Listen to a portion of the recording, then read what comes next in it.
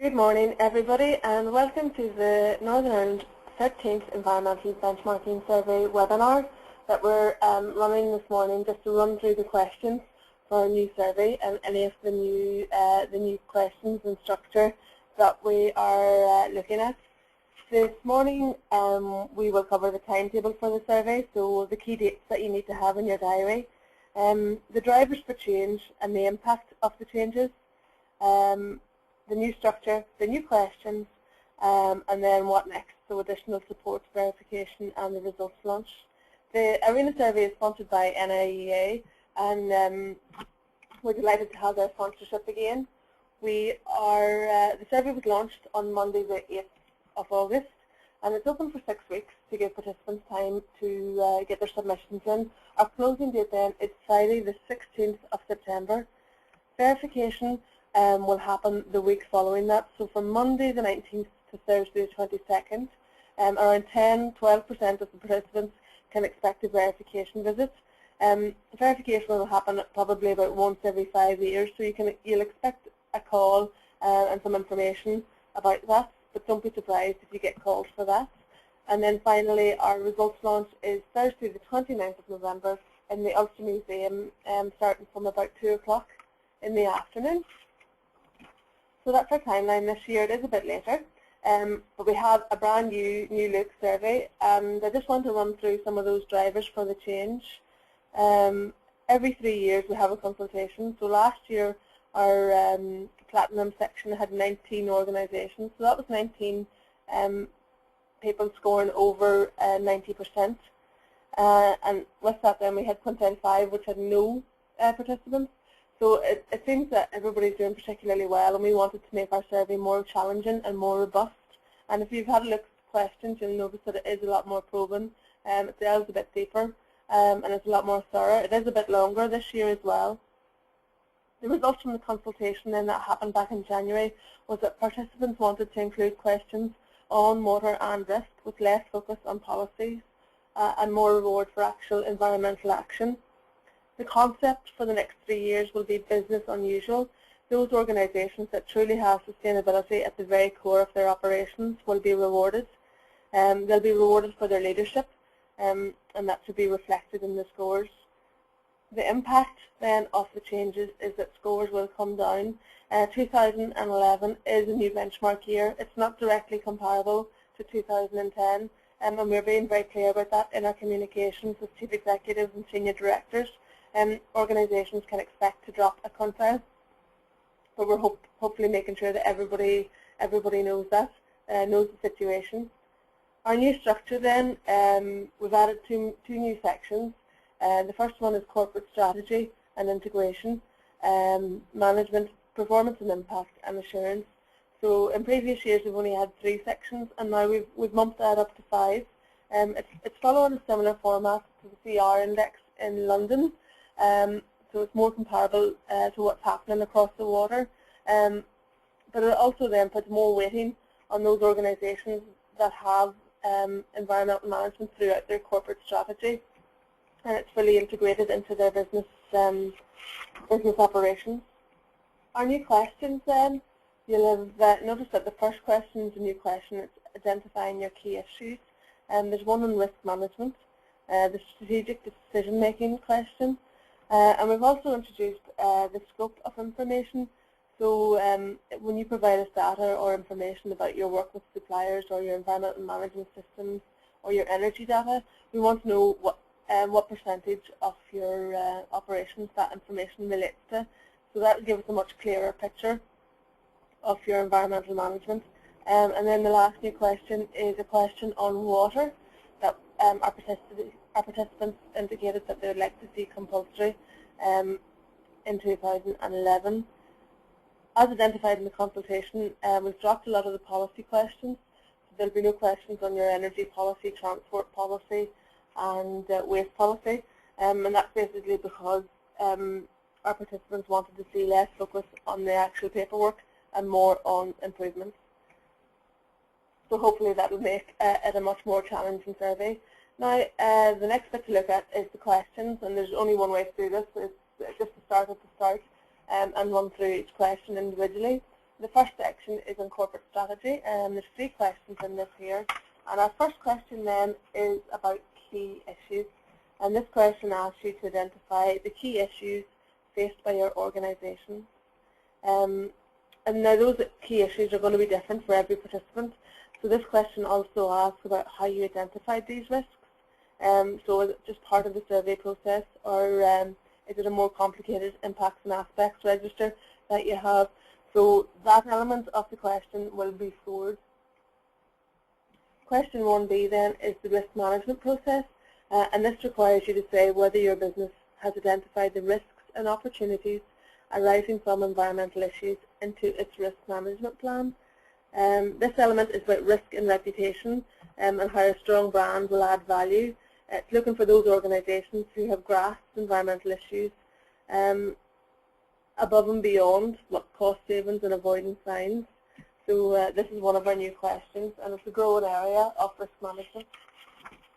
Question 2 then should look familiar for those who have participated last year. It's a question on leadership, and it's broken down into 3 separate parts. Question 2A is about responsibility, and we want to know about senior manager in your organisation with responsibility for the environment. Creating change within a business requires senior management commitment and clarity of purpose. And so if you don't have that, then environmental responsibility will not be considered strategically important and will be implemented in an ad hoc fashion. We also recognise that different organisations have different structure, so it could be a chief executive, it could be a director, it could be a senior manager, so we will be expecting different answers there as well from each participant. 2B is about leadership, and it's about board level reporting, and we want to make sure that environmental issues are being discussed at board level, and it'll ask you then some of the evidence, or some examples would be a board agenda or meetings of the board meetings that indicates that the environment was discussed. Question 2C is on advocating your commitment above and beyond out with your organisation. So we want to make sure that you're advocating your commitment to the environment, to the actual public. And this can be done by a case study, or the Mayday Network, a news release, press release, speaking at workshops or seminars, staff volunteer day. There's numerous ways for you to do this and advocate your commitments. So that's leadership.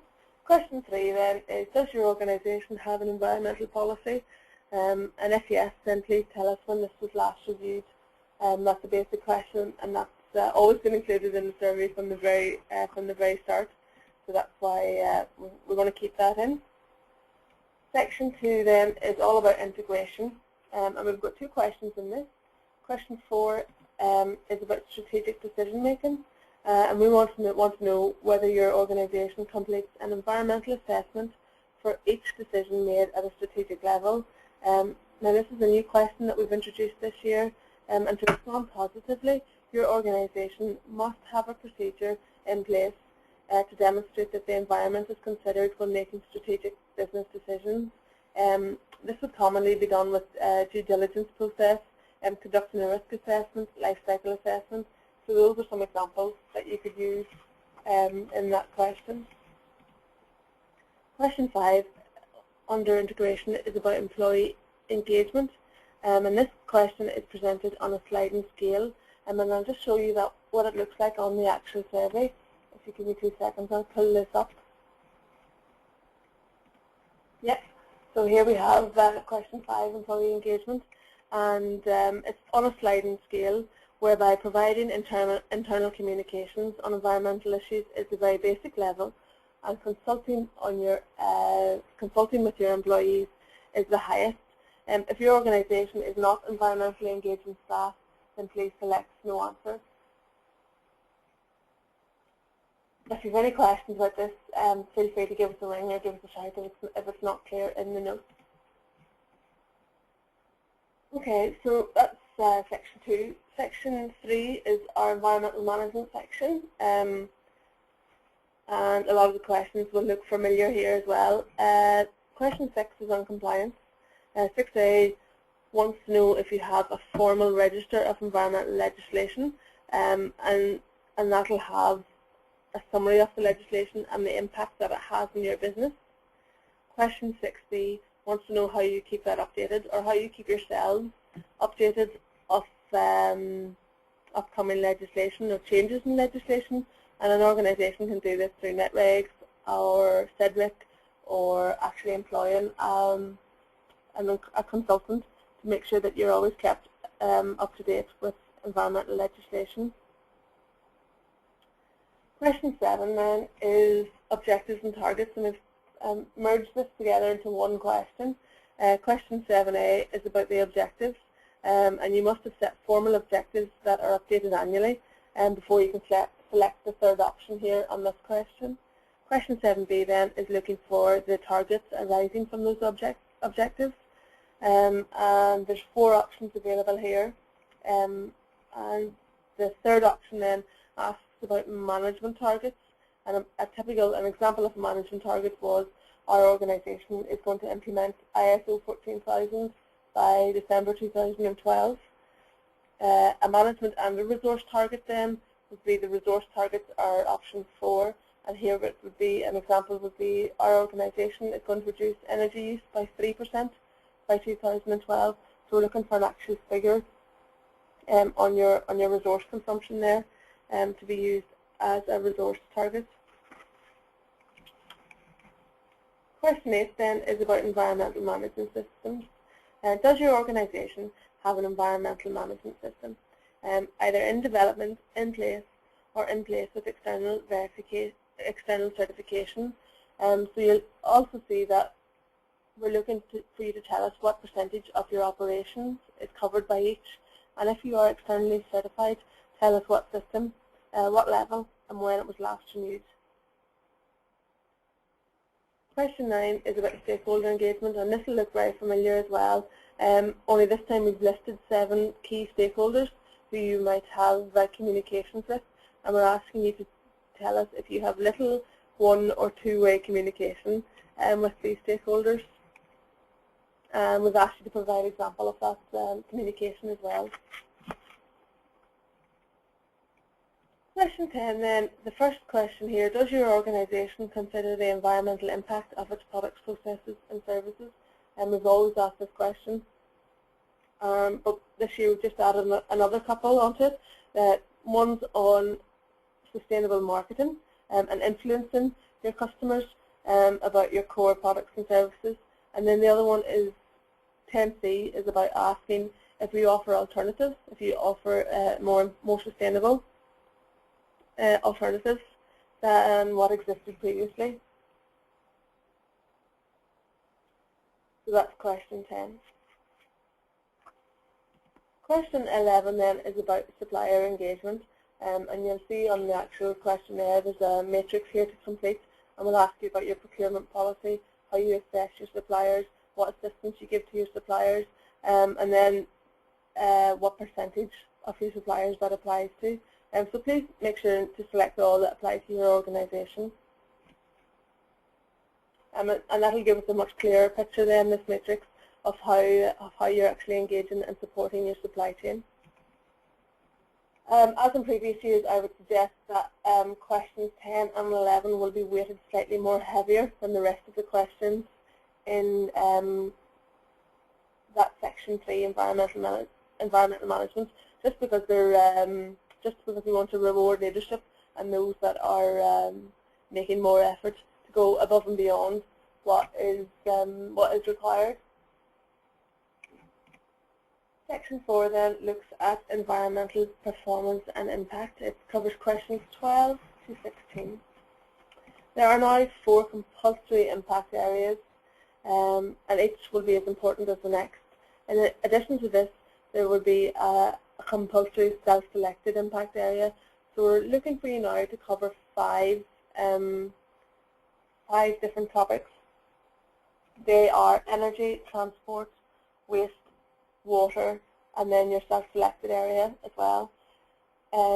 Each of these questions on the respective impact areas are divided into 4 parts. It's measuring and reporting, scope of the information provided, quality of the information provided, and the performance, then being able to demonstrate improvement performance. For some areas, there may be additional parts that are just unique to that impact area.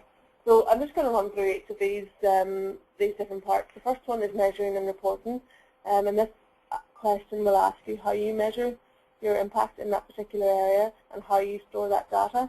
To select the very top answer then, your data must be measured, compiled centrally, and reported in the public domain. So publicly available means that it's either on your website or on your CSR report. It's not available on request. It's in the public domain already. So that's measuring and reporting. The next element then is the scope of the information provided, and we want to know what percentage of that of the data is provided is reflected in your organisation. So if you've given us energy information for maybe just 2 out of 6 of your sites, then you have to be able to translate that into a percentage of your organisation as well.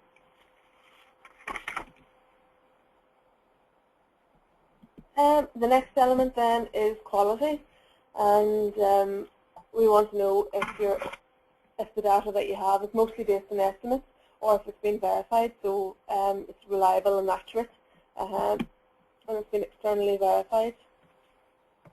So that's what refers to the quality. And then finally, it's the performance improvement. We want to know if you can demonstrate improvement over 1, 2, or 3 years. If you select 3 years, then we're looking for 4 years data. As the first year will just be the baseline, and then the next following 3 years will be able to indicate your improvement. It must be year-on-year improvement. There can't be a spike. There has to be, a positively downward trend year-on-year. And then there's spaces then for you to provide that information so that we can check that as well. So now I'm just going to run through each of the individual questions. Energy, transport, waste and water. Energy again split into the 4 different parts with an additional section at the end that asks about renewables. It'll ask if your organisation uses a green tariff, what percentage of your organisation that relates to, and if you have any actual renewables on site. So that those are all scored as well. Question 13 then looks at climate change, looks at the transport element, and we've introduced a new bit here whereby you choose either business travel or commuter travel, whichever one is most relevant to your organisation. So if you select business travel, then the boxes will populate below on the survey for you to insert the information on that. It's either or, you do not have to complete both, but it should be pretty intuitive on the survey, and hopefully that's clear. Also in transport then there's question 13D, and that's going to ask about your employee engagement under transport and the initiatives or disincentives that you might have in place to encourage your staff to travel more environmentally friendly. Again, it's a matrix that you'll be able to see, and it'll give us a really good picture of what organisations are doing for their employees. Question 14 then is about waste management, and we've added an extra element onto this too. So we'll ask about your waste generated and disposed, but we also want to know about your waste reused and recycled. So there'll be 2 elements to complete here. Obviously for the recycled and the reused waste, we want to see an upward trend to illustrate improvement, whereas in all the others, of course, it'll be a downward trend illustrating improvement with recycling. We'd prefer to see the tonnages or the kilos going up to illustrate improvement. Question 15 then is looking at water, and it follows the same basic sections: the measuring, reports, scoping, the quality of the information, and then improvement. It's a new question this year. It'll be really interesting to see the results that we get back. It was introduced by popular demand, but I know a lot of organisations will find it challenging. But it should be, it should give us a really good picture and a good baseline of where we are in Northern Ireland with regards to business and water management. Question 16 then is your additional impact area. You must select an impact area, and it's really important that you do not select waste energy, water or transport. So we don't want to see carbon emissions, anything that would be considered as duplicate answers. And you must select something out with those, and it would be good practice here to reflect back to question 1 and the 5 key issues that you had listed at the start, and whichever one there is there. There's also suggestions and ideas on the actual survey, so you'll see that there could be resource use or chemical consumption, biodiversity. There's a good range of options that you have available there. Section 5 then is assurance, and this is just our question where we want to know how accurate, relevant and reliable your information is. To select the last option, your organisation must have been audited by an independent body, and that's our very final scored question. So that's all 17 questions. Following on from that then, we have a few additional questions that we would like your input into. They're not compulsory, so they're not, you don't have to fill them out, but if you feel you would like to, it would be great if you would. We have a question on factors affecting your organisation's performance. So if there's been a merger or a particularly cold winter or any reason, a downsizing, upscaling, if there's any reason for factors which might have affected your performance, it'd be good to note them in here. We're also looking then for feedback on the survey and how we can improve the value of participation, but just basically how we can make it better for participants. The next one then is a case study, and we've had a few of these in already. Every year we like to profile our participants. Last year we had 8 in the case study, and then we used 2 at the event. So if you think you've got a really good case study and you'd like to be included, it would be great if you could jot down a few notes in that question. And then the last one is just a one-liner about your organisation that we can use in any of our press releases or our internet publications. So that's just a one-liner about your organisation. Finally then, this is a compulsory element, is a sign-off by your senior manager. So your survey submission won't be accepted if a senior manager hasn't signed it off. Now I appreciate that a lot of senior managers actually complete the survey, and that's completely fine, we're aware of that. Just a reminder then, the submission deadline is Friday the 16th of September, with verification then starting the week following that, from Monday the 19th to Thursday the 22nd of September. I think verification, they'll start to put those visits in now, so just be aware of that. We use consultants over from London, Acona. Glyn will be well known to a lot of you, and they'll come over and just do an hour and a half visit and run through your submission. Our results launch then is Tuesday the 29th of November 2011 in the Ulster Museum. It'd be good to get that in the diary of chief executives and senior managers. So it should be starting for about 2 in the afternoon. So it'd be good to get that in the diary now. And that's basically it. Please feel free to phone us, email us, ask us any questions at all. If you'd like last year's submission, if there's anything we can do to help, basically you just need to get in touch. We'd like to thank you very much for your continued support. And that will draw our webinar to a close today. Thank you very much.